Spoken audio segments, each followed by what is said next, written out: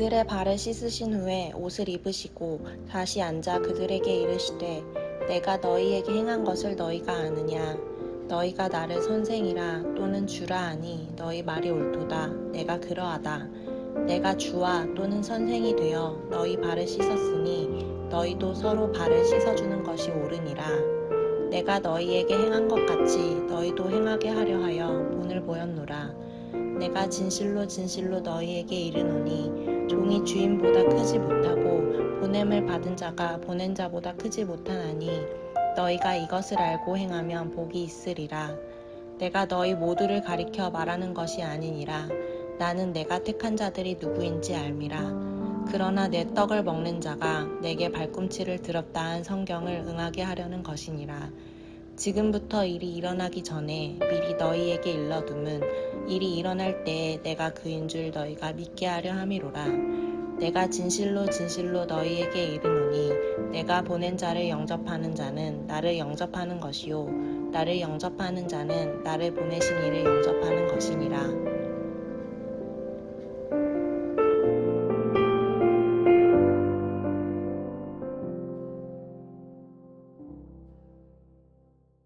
우선은 실현당한 거 아닙니다. 그리고 군대 가는 것도 아닙니다.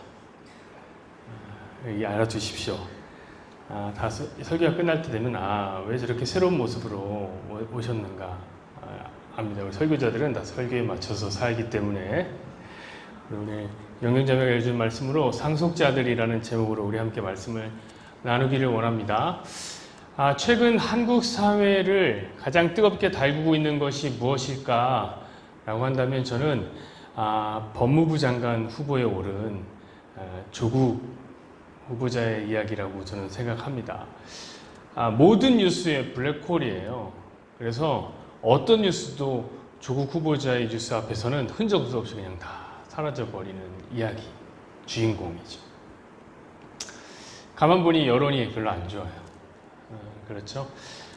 여전히 대통령의 지지율은 굉장히 높습니다. 그럼에도 불구하고 대통령이 임명한 조국 후보자에 대한 여론은 왜 이렇게 좋지 않은 것일까요? 그거는 이 조국 후보자의 딸의 논문, 입시라는 굉장히 민감한 이슈 때문에 그런 것이라고 저는 생각합니다. 이 때문에 지금도 가면 몇몇 대학에서는 집회나 시위가 열리고 있고요. 본래 정치에 별로 관심이 없다라고 오명을 쓰고 있는 그 대학생들이 거리로 뛰쳐나와서 분노를 표출하고 있다는 사실은 굉장히 심상치 않은 사건들이다라는 생각이 듭니다. 이유는 단순해요. 잘난 아버지가 자식에게 물려주는 것 그 자체도 사실 기분이 별로 좋지 않은데 만약 여기 불법이 끼어 있다 그러면 이건 뭐 참을 수 없다는 거예요. 그래서 20대뿐만 아니라 40대, 50대의 중년의 사람들 함께 분노하고 있는 겁니다. 저는 정치 이야기를 하고 싶은 것은 아닙니다, 오늘. 저는 조국 후보자에게 악감정이 없습니다. 저는 오히려 약간 조국 후보자의 편입니다. 왜냐하면 제가 고등학교 학생들, 중학교 학생들을 오랫동안 담당해온 전도사였기 때문에 입시에 대한 조금 지식이 있기 때문에 그래요. 그 시절에 그 학생들이 어떤 노력까지도 불사하면서 최선을 다해 살았는가 제가 그걸 알기 때문에 막 무조건적으로 비난할 수는 없더라고요. 하지만 제가 오늘 누구 편인가를 이야기하려고 하는 게 아니라 저는 설교를 통해서 정치 얘기를 하는 그 목사님들을 굉장히 혐오합니다. 제가 가장 증오하는 부류의 목사님들이 그런 분들이기 때문에 저는 정치 얘기를 하고 싶지 않고 다만 오늘 제가 말씀드리고 싶은 거는 사람들이 분노하고 있다는 현상에 대해서 얘기하고 싶은 거예요. 이유는 간단해요. 물려준다는 것. 이 상속이라는 것이 사람들 모두에게 내로남불처럼 들리기 때문에 그래요. 내로남불 뭡니까? 내가 하면 로맨스, 남이 하면 불륜처럼 느껴져요. 그래서 분노하는 거예요. 아닌 것 같나요, 여러분? 제가 여러분에게 하나 질문 드려보죠. 상속세 100%인 나라 어떻게 생각합니까? 생각해 보신 적 있어요? 상속세가 100%인 나라. 여러분 이 질문은 제가 대학에 처음 입시를 할 때 면접관이 저에게 물어본 질문이었어요. 한 10명 넘는 학생들을 대상으로 자, 상속세 100%인 나라에 대해서 어떻게 생각하는지 공개 토론을 시킨 겁니다. 제가 이 질문을 잊지를 못합니다. 그 당시 얼마나 정신이 없던지, 와, 내가 무슨 말을 하는지. 애들이 막, 지금 입시예요. 난리 났어요. 막 얘기하는데 무슨 얘기를 하는지 하나도 모르겠어요. 근데 다만 제 입장은 제가 기억이 나요. 제 입장은 어떤지 당연히 알죠. 제가 그 당시 입장은 뭐였냐면 상속세 100%인 나라 아무렇지도 않다 나한텐. 그런 입장이었어요. 왜? 난 부모에게 물려받을 게 하나도 없거든요. 부모님에게 상속받을 게 없어요. 더 슬픈 건 뭐냐면 사실 지금도 저는 상속세 100%인 나라 아무렇지도 않습니다. 아무런 상관이 없어요. 근데 여러분 생각해 보세요. 만약에 이재용 씨 아들이 그 토론에 참가했다고 생각해 보십시오. 그 목숨 걸고 이기려고 달려들었을 겁니다. 여러분 늘 데모나 시위는 없는 자들의 것 같습니다. 그런데 만약 상속세 100%인 나라가 나라를 만들겠다라고 정부가 주도한다면 아마 가진 자들이 데모하러 뛰쳐나올 겁니다. 저도 만약에 물려받을 것이 있었다면 제가 그 앞에서 사자후를 내뿜었을 거예요. 안 돼! 그런 나라는 안 돼! 했을 거란 말이에요. 여러분 이것이 바로 상속에 대한 이중적인 잣대라고 생각합니다. 그리고 이중적인 잣대 안에는 숨겨진 우리 욕망이 있어요. 그건 뭐냐면 모든 사람들, 그것은 가진 사람들이든 없는 사람들이든 상관없어요. 그들이 원하는 바는 다 똑같다는 거예요. 뭐냐면 바로 많이 물려주기를 원하고 많이 물려받기를 원하는 거예요. 여러분 드라마 상속자들이라는 드라마나 꽃보다 남자 같은 드라마들이 왜 그렇게 신드롬을 일으킵니까? 그거 여러분 도무지 주변에서는 찾아볼 수 없는 대한민국 1%의 재벌들과 그 재벌 2세, 3세들 그들에 대한 궁금증 때문에 그런 것들도 있죠. 왜냐하면 우리 주변에 재벌들이 없잖아요.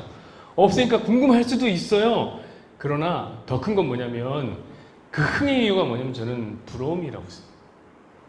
부러움. 내가 갖지 못한 것에 대한 부러움이 발동하는 거예요. 제가 이럴까봐 애 못 낳는다, 애 낳기 어렵다라는 짧은 그림 글이 있어서 한번 공유합니다. 그럼 한번 보시면서 우리가 진짜 원하는 게 뭔지 우리 내면의 욕망이 좀 솔직해지셨으면 좋겠어요. 보이세요? 아이 때, 시영이 때 나이 이거 같은 거. 얘기하는 엄마 금수저가 뭐야? 우리 집엔 그거 없어? 우리 집엔 은수저가 있단다. 엄마 좀 컸어요. 중학생에 상혁이는 방학에 미국으로 어학연수 간대. 나는 못 가? 이제 취업할 나이가 됐어요. 엄마 희진이는 아빠네 회사에 취직했대. 우리 집은 뭐야? 이럴 거면 도대체 왜 나를 낳아서 꿈을 꾼 거예요. 이럴까봐 애 못 낳는다. 물려줄 게 없어서 애 낳기 어렵다. 이런 거 아닙니까? 우리의 마음이 어떤지 한번 솔직하게 들여다보십시오. 여러분 오늘 본문은 우리에게 세상을 바라보는 새로운 관점을 제시하는 본문입니다. 그리고 이 새로운 세계관을 깨닫는다면 이럴까봐 애를 못 낳는다 라는 말은 하지 않을 것 같습니다. 그래서 제가 그런 새로운 세계관을 딱 제시하기 때문에 머릿살이 이렇게 새롭게 12절 보시죠. 그들의 발을 씻으신 후에 옷을 입으시고 다시 앉아 그들에게 이르시되 내가 너희에게 행한 것을 너희가 아느냐? 자, 예수님 다시 옷을 입었어요. 그 전에 어떻게 했습니까? 옷 벗었어요. 겉옷 벗고 허리에 수건을 두르고 있었단 말이에요. 이제 다시 옷을 입으시고 제자들에게 말씀하시는 거예요. 너 내가 행한 것을 알고 있느냐? 이게 무슨 의미인지 아느냐? 여러분 사실 예수님께서는 제자들이 이걸 알 거라고 기대하면서 물어본 건 아니에요. 왜냐하면 여러분 성경 보십시오. 7절에 보면 미리 예수님께서 뭐라고 하면 제자들에게 너 지금은 이 사실을 알지 못한다. 나중에 그러니까 십자가를 지고 난 다음에는 이걸 알게 될 것이다 라고 미리 공지하셨어요. 그러니까 지금 알 거라고 기대하고 물어본 게 아니란 말이에요. 다만 제자들이 복음을 알아듣던 말든 상관없이 복음은 계속 전해져야 하는 것 때문에 예수님 말씀하신 거예요. 왜냐하면 나중에 되면 성령 하나님께서 그들로 하여금 그들 스스로 깨닫는 게 아닙니다. 성령 하나님께서 그들로 하여금 깨닫게 하실 때가 반드시 찾아오는데 그때는 그 복음이 하나의 궤를 이루기 때문에 다 꿰뚫어지기 때문에 미리 뿌려놓는 겁니다. 뿌려놓는 거예요. 여러분, 우리도 마찬가지란 말이에요. 우리가 전하는 복음을 그들이 알아듣든 못 알아듣든 상관없어요. 그냥 전하는 거예요. 왜냐면 그들 스스로 우리에게 논리적인 전함이 좋아서가 알아듣는 게 아니라 우리는 씨를 뿌리는 거죠. 자, 씨를 뿌리는 건 누가 뿌려요? 농부가 뿌리죠. 자라게 하는 건 누가 자라게 합니까? 하나님이 자라게 하는 거예요. 그와 같이 우리는 복음을 그냥 전하는 자일 뿐이고 그 복음을 믿게 하고 그 복음을 이해하게 하고 받아들이게 하는 분은 성령 하나님의 역할이기 때문에 우리 그냥 뿌리는 거란 말이에요. 자, 그렇다면 오늘 예수님이 전하시는 뿌리시는 그 복음의 실체는 무엇입니까? 13절 보시죠. 너희가 나를 선생이라 또는 주라 하니 너희 말이 옳도다. 내가 그러하다. 자, 예수님은 이제 스스로 뭐라고 부르냐면 내가 선생이다. 내가 주다. 라고 인정하십니다. 여기서 선생, 주라고 말하는 것은 당시 최고의 권위를 가진 존재를 뜻하는 거예요. 특별히 저 주라는 말, 헬라어 퀴리오스라는 저 말은 구약에 보면 하나님의 이름 대신에 불리던 이름이었어요. 그러니까 엄청난 권위를 자랑하는 거예요. 자, 물론 예수님은 하나님이시죠. 그러니 그 이름표를 다는 게 너무나 당연하단 말이에요. 그건 당연한 일이에요. 그런데 오늘 본문에서 예수님이 스스로 이 존귀한 이름표, 주인의 이름표를 단다는 것은 매우 어색해 보여요. 왜 어색하냐면 방금 전까지만 해도 예수님은 스스로 종의 이름표를 붙였거든요. 방금 전까지 어떤 일이 있었어요? 겉옷을 벗고 수건을 허리에 둘렀습니다. 이게 뭐라고요? 종의 이름표를 붙인 거예요. 종의 이름표를. 근데 갑자기 다시 옷을 입어요. 그 다음에 스스로 주인이다, 내가 주다라고 인정하고 주인의 이름표를 붙이는 게 굉장히 어색한 거죠. 그럼 왜 주님이 이런 어색한 연출을 하시는가? 이게 궁금해야 되는 거예요. 이거 14절부터 나옵니다. 17절까지 보시죠. 내가 주와 또는 선생이 되어 너희 발을 씻었으니 너희도 서로 발을 씻어주는 것이 옳으니라. 내가 너희에게 행한 것 같이 너희도 행하게 하려 하여 본을 보였노라. 내가 진실로 너희에게 이르노니 종이 주인보다 크지 못하고 보냄을 받은 자가 보낸 자보다 크지 못하나니 너희가 이것을 알고 행하면 복이 있으리라. 바로 이 복음을 전하기 위해서 그랬던 거예요. 예수님은 주인의 이름표를 메고 우리에게 과연 옳은 것이 무엇인가에 대해서 설명하십니다. 그것이 무엇이냐? 옳은 것은 무엇이냐?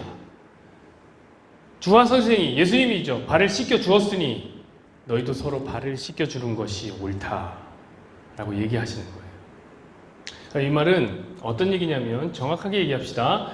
우리에게 종이 되는 게 옳다라고 말하는 거예요. 너희에게 종이 되는 게 옳다. 여러분 생각해 보세요. 그러면 종이 되는 게 옳다면, 옳다고 말씀하시면 선생의 옷을 입고 그런 말씀을 하십니까? 주의 옷을 입고 그런 말씀 하십니까? 종이 되는 게 옳다면 종의 자리에서 종이 되는 게 옳다고 해야죠. 그래야지 들을 만한 거 아닙니까? 이해가 되는 거 아니에요? 그런데 예수님 그러지 않으셨어요. 오늘 예수님은 주인의 옷을 딱 입더니 종이 되는 게 옳다라고 말씀하십니다. 여러분 이걸 알아야 돼요. 이 안에는 어마어마하게 중요한 의미가 담겨 있는 거예요. 이런 것을 보는 것이 실력입니다, 여러분. 그것은 무엇이냐면 예수님이 주인의 이름표를 갖고 있었고 또한 종의 이름표도 갖고 있었다는 사실이에요. 이 말은 예수님은 주인이면서 종이었다는 뜻입니다. 여러분, 이것은 우리가 이전까지 보지 못한 새로운 세계관을 우리에게 제시하는 겁니다. 이전에는 본 적이 없어요. 여러분, 당시 로마 사회는 어떤 사회냐면 신분제 사회였어요. 확실한 신분제 사회였어요. 신분에 따라서 의복이 달라요. 옷이 이미 달라. 삶의 양태가 달라요. 하는 일이 달라요. 살아가는 방식이 달라요. 심지어 여러분, 이름도 달랐습니다. 이름도.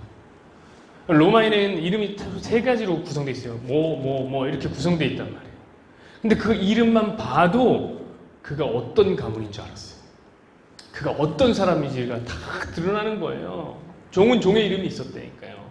그러니까 이 말은 뭐냐면 당시 사람들은 종이면 종답게 살아요. 선생이면 선생답게 살아요. 주인이면 주인답게 살라. 그렇게 사는 것이 옳다라고 바라봤다는 거예요. 종이면 종의 이름표를 붙이고 주인이면 주인의 이름표를 붙이고 사는 것이 그들에게는 너무나 당연한 일이었습니다.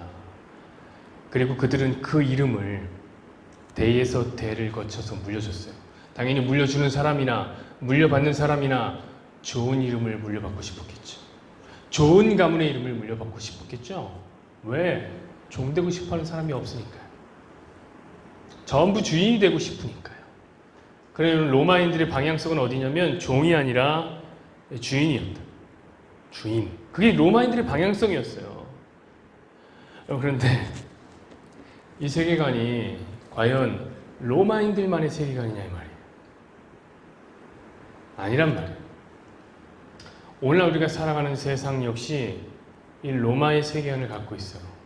로마만 신분제 사회가 아닙니다. 우리 안에도 새로운 신분제가 펼쳐지고 존재합니다. 오늘은 무엇을 소비하느냐 이게 신분이 된단 말이에요. 프랑스의 철학자였죠. 장 보드리아르라는 사람은 그가 쓴 책 그 소비의 사회라는 책에서 사람들은 소비를 통해서 얻은 사물을 가지고 계급 질서를 만든다 라고 얘기했어요. 맞는 말 같아요. 맞는 말. 어렵게 설명하지 말고 쉽게 설명해봅니다. 무슨 차를 타느냐 이게 일종의 신분이 됩니다. 여러분 제가 사람들이 운전을 하는 거 보면 운전 목사님 잘하십니다 이렇게 말씀하시는 분들이 많아요. 제가 운전을 그래요 좀 잘합니다. 왜 제가 운전을 잘하는 줄 아세요 여러분?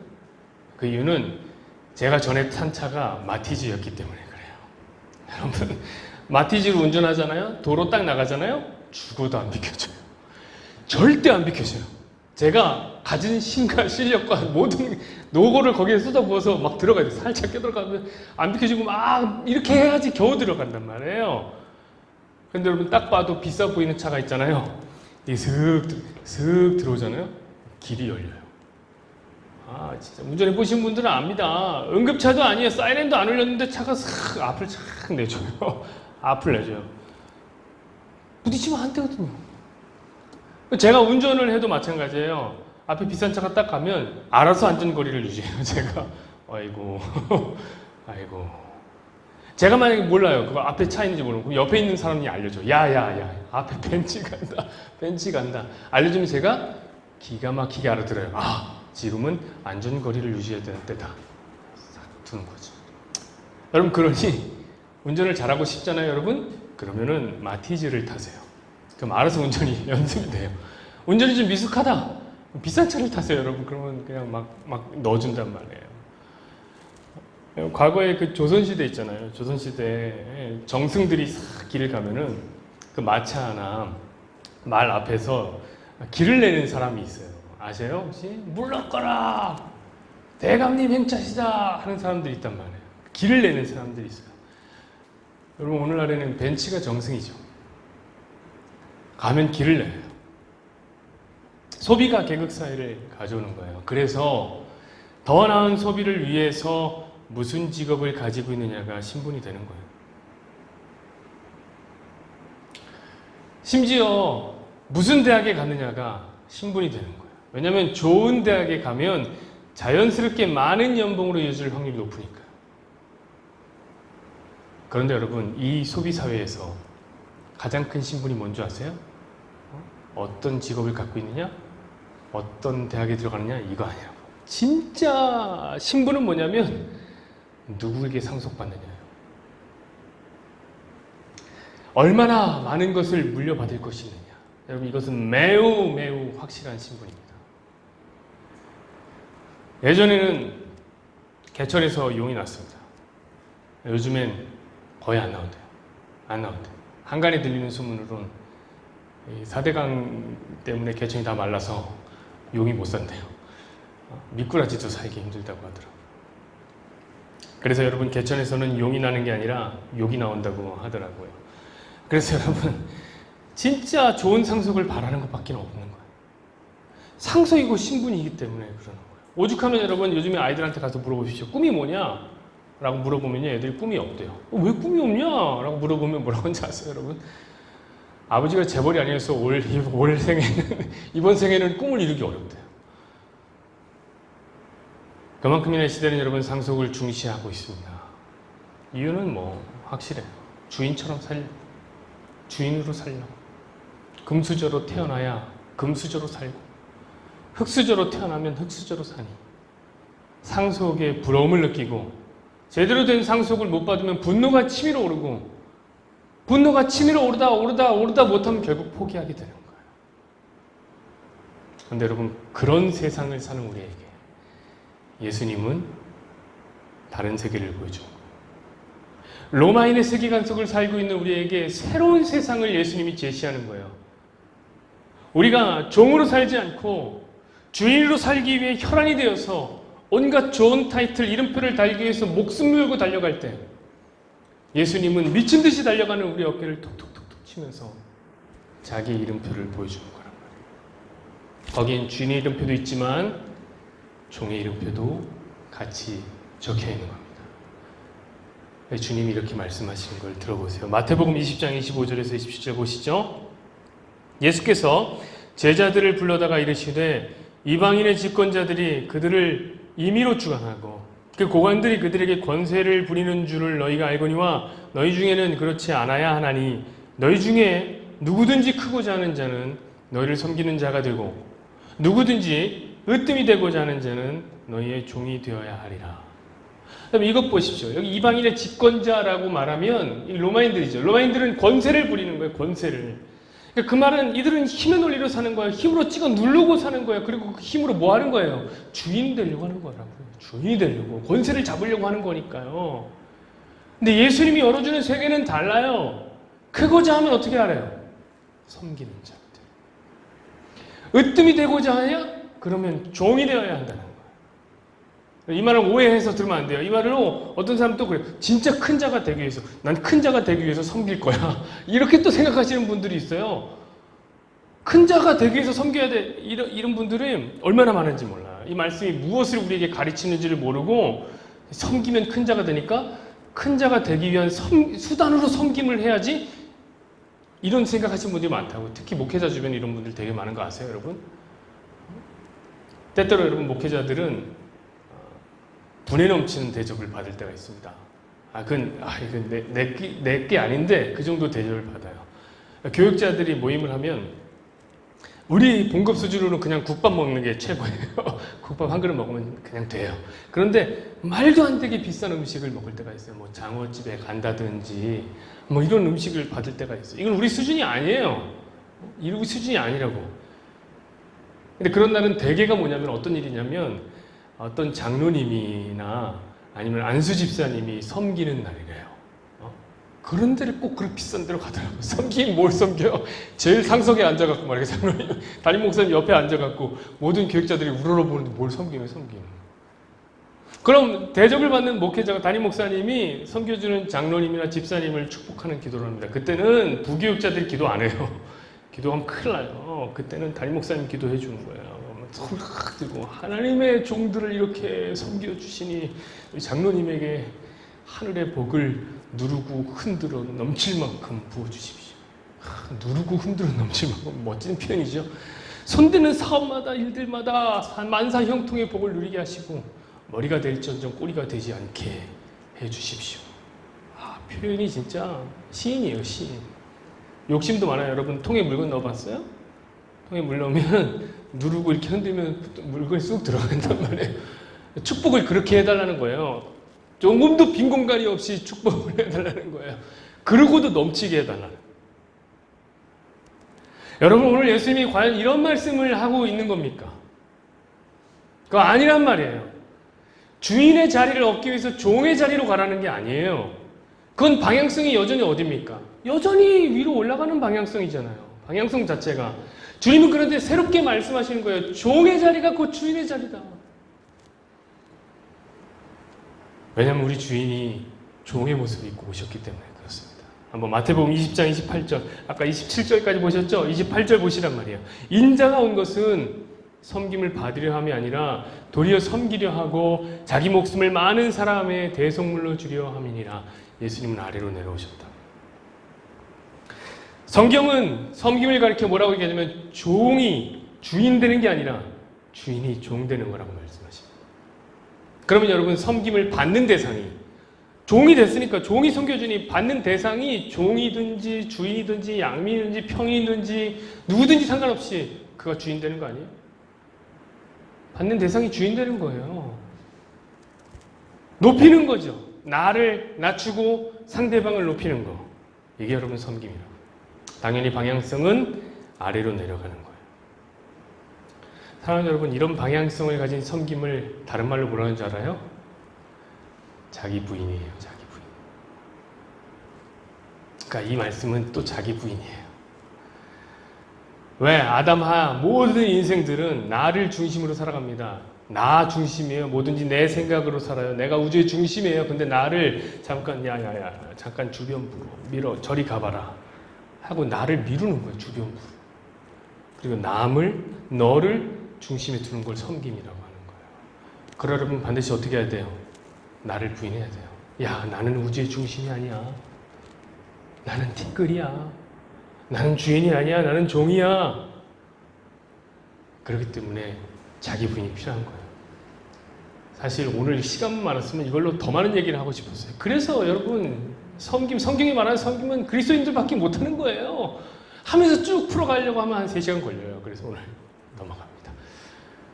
여러분, 그래서 비교 우위의 선체에 누구도 섬길 수 없습니다.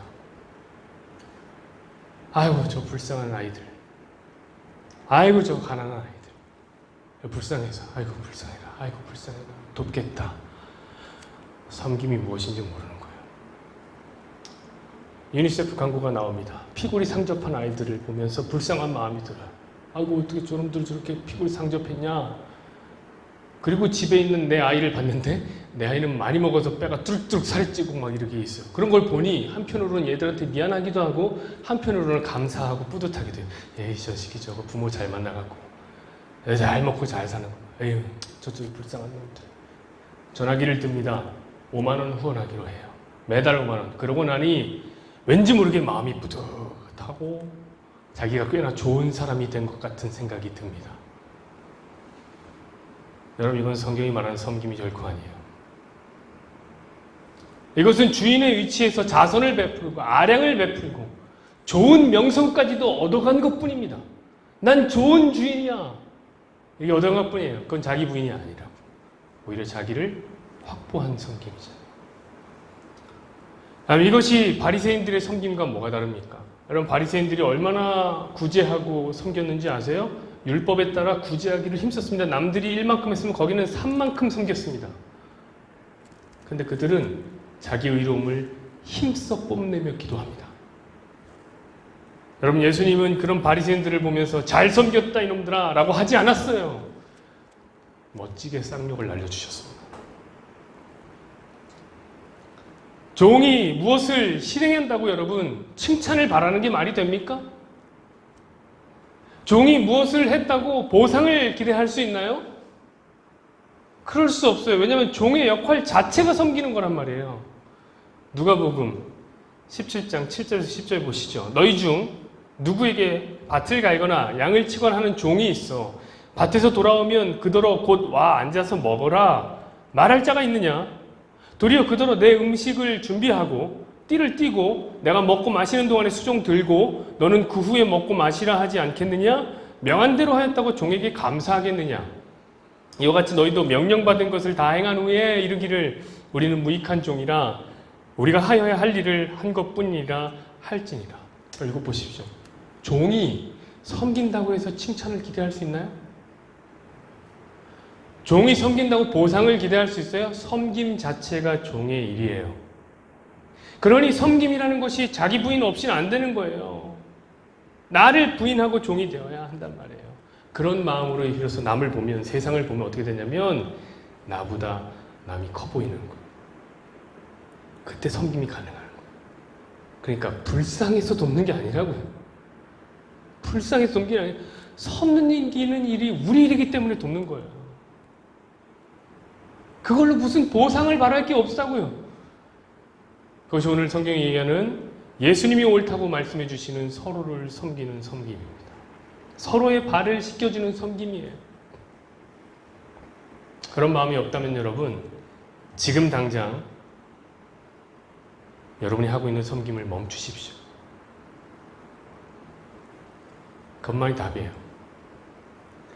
주인의 자리에서 섬기겠다고 까불면 반드시 그 사람이 들을 이야기는 예수님의 입에서 칭찬이 아니라 바리새인이 들었던 욕을 듣게 될 겁니다.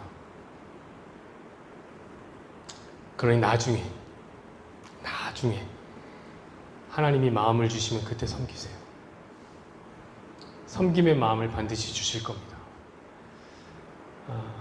말씀을 맺죠. 사랑하는 여러분, 제가 왜 하나님이 섬김의 마음을 줄 것이라고 이렇게 확신하는 줄 아세요? 확실히 주실 겁니다. 제가 보장할게요. 여러분에게 섬김의 마음을 반드시 주실 겁니다.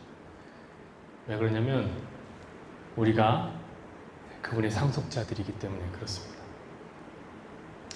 여러분, 오늘 본문과 연결되어 있는 지난주 본문을 혹시 생각하시나요? 기억하나요?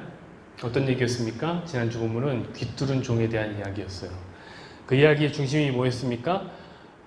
자유를 찾아 얼마든지 떠날 수 있는 종이 있었는데 자기 자녀를 얻기 위해서 그 자유를 포기하고 귀에 구멍을 뚫어서 다시 종이 되기까지 사랑했다는 얘기가 바로 귀뚫은 종의 이야기가 아닙니까? 예수님이 바로 그 귀뚫은 종이었다고 말씀드렸습니다. 십자가에 못이 박히면서 여기 구멍이 뻥 뚫리면서까지 우리를 사랑하신 예수님이 귀뚫린 종이었다고 말씀드렸습니다. 그런데 그 귀뚫린 종에게 어떤 특권이 있다고 했습니까? 주인의 상속에 참여하는 특권이 있다고 했잖아요. 상속자가 되는 거예요. 종이지만 아들이 되는 거라고 그랬어요. 여러분, 그럼 당연히 그 종의 자식들, 귀뚫린 종의 자식들도 주인의 상속자가 되는 겁니다. 그건 당연한 거예요. 여러분, 오늘 본문을 오해하지 마십시오. 오늘 본문은 자기를 부인하면서까지 섬기라는 부담스러운 명령이 아니에요. 우리한테 너 그렇게 섬기지 않으면 큰일 난다. 섬겨야 한다. 라는 부담스러운 명령이 아니라고요. 오늘 본문은 뭐냐면 유산상속을 위한 유서라고요. 본문 자체가. 여러분, 예수님이 이제 곧 십자가를 지고 죽임을 당할 겁니다. 그렇죠? 그리고 죽기까지 예수님은 섬기셨어요.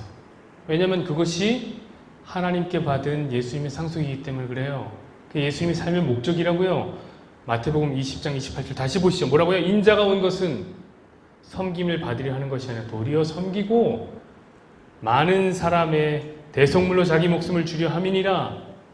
그것이 예수님이 갖고 있는 하나님께 받은 임무요 상속이라고. 그럼 우리가 받은 상속은 뭘까요? 바로 그 섬김이라고요. 그것이 하나님 나라의 유산입니다. 여러분, 하나님 나라를 받으셨습니다. 뭘 기대하십니까? 여러분, 하나님 나라의 상속자라고요. 뭘 기대하십니까? 진짜 이런 금덩이? 그런 거 주실 거 기대하십니까? 그럼 제가 언제 말씀드렸죠. 하나님의 나라는 모두가 왕인 나라라고요. 계시록에 보면 모두가 왕인 나라가 하나님의 나라라고. 여러분, 어떻게 그런 나라가 존재할 수 있어요? 하늘의 해가 어떻게 여러 개일 수 있어요? 하나밖에 없죠? 근데 있다고요.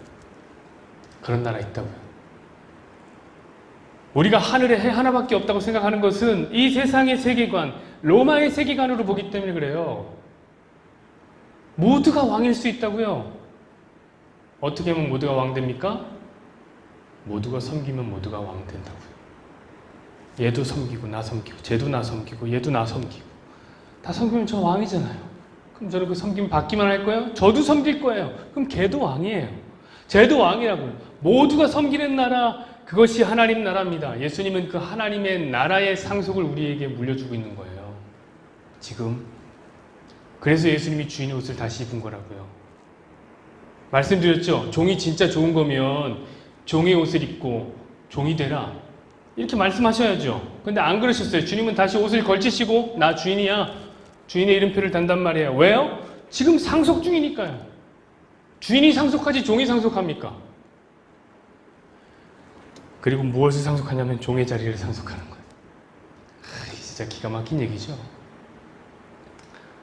여러분, 왜 예수님이 주인의 이름표를 붙였는지 이해가 가십니까? 오늘 본문에서 왜 겉옷을 입으시고 주인의 자리, 선생의 자리가 잡으셨는지 이제가 이해가 됩니까? 여러분, 하나님의 나라는 종이냐 주인이냐 이런 이분법적인 이 세상의 세계관으로 설명할 수 없는 나라입니다. 하나님의 나라는, 예수님께서 우리에게 새롭게 펼쳐주신 하나님의 나라는 주인이 곧 종이다 라는 세계관을 갖고 있는 나라입니다. 그러므로 여러분, 오늘의 본문은 억지로 섬기라는 명령이 아닙니다. 하나님의 나라의 세계관을 여기에 장착한 사람들, 가슴에 장착한 사람들은 알게 되는 거예요. 아, 섬기는 게 주인이구나.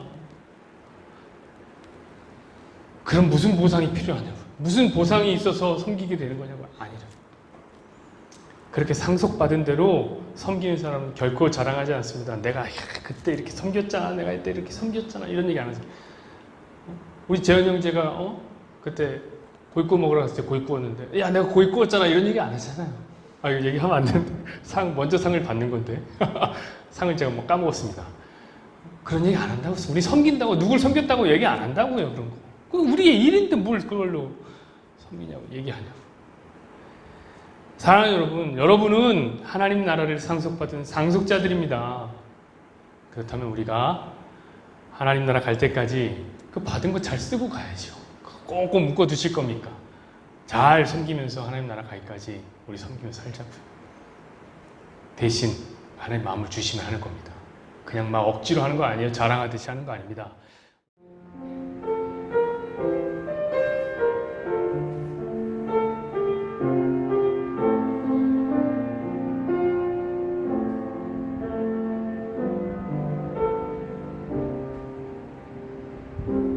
삶의 작은 일에도 그 마음을 알기 원하는 그 길, 그 좁은 길로 가